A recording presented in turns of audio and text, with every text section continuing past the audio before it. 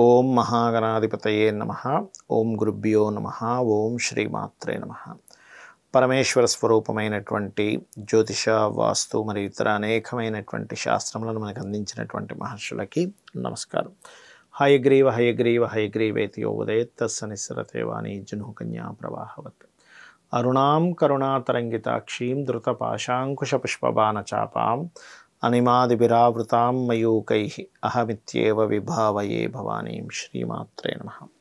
ప్రేక్షకులకి ఆ లలితాంబిక అమ్మవారి యొక్క అనుగ్రహం పరిపూర్ణంగా కలగాలని మనస్ఫూర్తిగా కోరుకుంటూ మనం ఈరోజు చెప్పుకోబోయేటువంటి శ్లోకము మరియు దాని యొక్క అర్థము, దానివల్ల కలిగే ఫలితము, వాస్తుపరంగా జ్యోతిష్యపరంగా మీకు ఉండేటువంటి దోషాలు ఎలా తొలుగుతాయని చెప్పే ముందు ఒక విషయం చెప్తాను మీకు. ఈ లలితా సహస్రనామాలు ఒక్కొక్క నామము మనకు కనబడకుండా ఇన్నర్గా బీజాక్షరాలు ఉంటాయి. అలాగే కేవలం మనం ఏదో ఒక్కొక్క నామాన్ని తెలుసుకొని చదివేసుకుంటున్నాం అన్నట్టు కాకుండా అసలు విశ్వం మొత్తం నిండున్నటువంటి ఈశ్వరుడు, అందులో దాగి ఉన్నటువంటి ఆ శక్తి, మొత్తం విశ్వం మొత్తం ఉంది అనేటువంటి ఒక భావనలో మనం ఫస్ట్ లలితా సహస్రనామాలు ఎవరైతే చేస్తారో మైండ్లో అది ఫిక్స్ అవ్వాలి. చూడండి, సంతోషంగా ఉండాలి, హ్యాపీగా ఉండాలి, ఆనందంగా ఉండాలి అంటూ ఉంటాం. అవన్నీ ఎందుకు వస్తాయి, ఎప్పుడు వస్తాయంటే ఈ విశ్వం మొత్తం నిండున్నటువంటిది ఏదైతే పదార్థ రూపంలో ఉందో అదంతా ఈశ్వరుడు, లోపల ఉన్నటువంటిది అమ్మవారు. ఇక్కడ మళ్ళీ మీకు కొంతమంది సందేహం వస్తుంది ఏంటంటే, ఇప్పుడు మొత్తం ఈశ్వరుడైనా విష్ణువు లేడా, బ్రహ్మ లేడా అని. అదంతా కూడా బ్రహ్మ విష్ణు రుద్ర రూపంలోనే ఉంది విశ్వం. అంటే ఏదైనా తయారవుతుందంటే బ్రహ్మ, తయారైన తర్వాత అది నడిపిస్తుంది విష్ణువు, లయం అవుతుంది రుద్రుడి ద్వారా. అయితే ఆ పదార్థం ఏదైతుందో శివుడు, లోపల ఉండేది శక్తి అనేటువంటిది మనం అర్థం చేసుకోవాలి. అంటే నడుస్తున్న కాలం ఈజ్ విష్ణువు, గుర్తుపెట్టుకోండి, నడిపించేవాడు. ఇది ఎందుకు చెప్తున్నానంటే కేవలం నామాలు, అర్థాలు, ఫలితాలే కాకుండా మెంటల్గా మైండ్ సెట్ చేసుకుంటూ మనం ఆధ్యాత్మికమైనటువంటి ప్రయాణం చేయాలి. అలాగే ఈరోజు నామం కనుక చూసుకున్నట్లయితే మంత్రిణ్యాంబ విరచిత విషంగ వదతోషిత. అంటే దీని అర్థం ఏమిటి? మంత్రిణ్యాంబ అంటే ఎవరు? శ్యామల అమ్మవారి యొక్క పేరు మంత్రిణ్యాంబ. ఎందుకు మంత్రిణ్యాంబ అంటారు అంటే అమ్మవారి యొక్క శక్తి శానలు ఏవైతే ఉన్నాయో దీనికంతా ఒక ప్లానింగ్ కావాలి. అంటే అలాగా మీకు అంటే సింపుల్గా అర్థం అవ్వడానికి చెప్తాను. బాహుబలి సినిమా చూసే ఉంటారు. అందులో వాళ్ళు ఒక ప్రణాళిక వేస్తారు. ఇప్పుడు మనం ఈ సైన్యం ఇలా వెళ్ళాలి, ఒక గద్ద రూపంలో వెళ్ళాలి, అందరూ సైన్యమంతా ఇలా ఉండాలని. ఇలాంటివి మనకి పాతకాలంలో కనుక చూసుకున్నట్లయితే మీరు రామాయణ మహాభారతాల్లో కూడా పద్మవ్యూహము అంటారు. అభిమన్యుడు పద్మవ్యూహంలోకి వెళ్ళడం తెలుసు కానీ రావడం తెలియదు. దానివల్ల పాపం ఆయన ఇబ్బంది పడ్డాడని మనం వింటూ ఉంటాం మహాభారతంలో.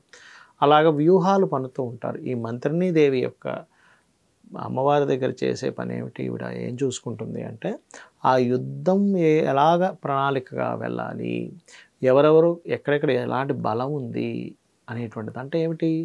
ఈ మంత్రిణ్యాంబ అంటే ఈ అమ్మవారిని తలుచుకోవడం వల్ల మనం కూడా మన జీవితంలో ఒక యుద్ధం జరుగుతూ ఉంటుంది.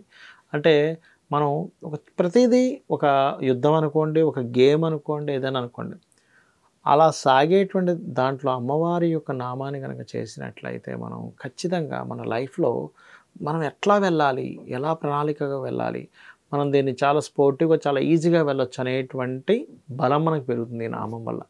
అదేవిధంగా ఎవరిని సంహరించింది ఇక్కడ అమ్మవారు అని చూసుకుంటే విషంగుడు అని చెప్పి ఉంది. కాకపోతే కొన్నిట్లో విశుక్రుడు అని కూడా ఉంటుంది. బట్ ఏదైనా బండ సైన్యం అంటే బండాసురుడు యొక్క తమ్ముళ్ళు వీళ్ళిద్దరు, విషంగుడు, విశుక్రుడు. అయితే ఈ మంత్రిణీ అమ్మవారు విషంగుణ్ణి సంహరించింది. సంహరించినందుకు ఏంటి? అమ్మవారికి వీళ్ళు ఉన్నారు కదండి చుట్టూ, లలిత అమ్మవారికి ఉన్నప్పుడు ఆ అమ్మవారు సంతోషించిందట. అబ్బాబాలే సంహరించిందిరా మంత్రిణీ అమ్మవారిని.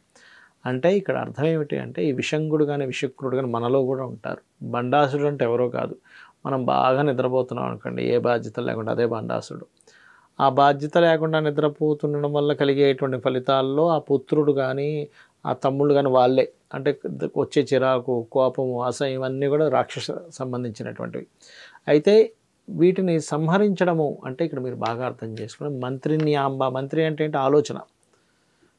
అమ్మవారు దేనికి ప్రతీక? శ్యామల అమ్మవారు ఆలోచనకి, తెలివితేటలకి ప్రతీక.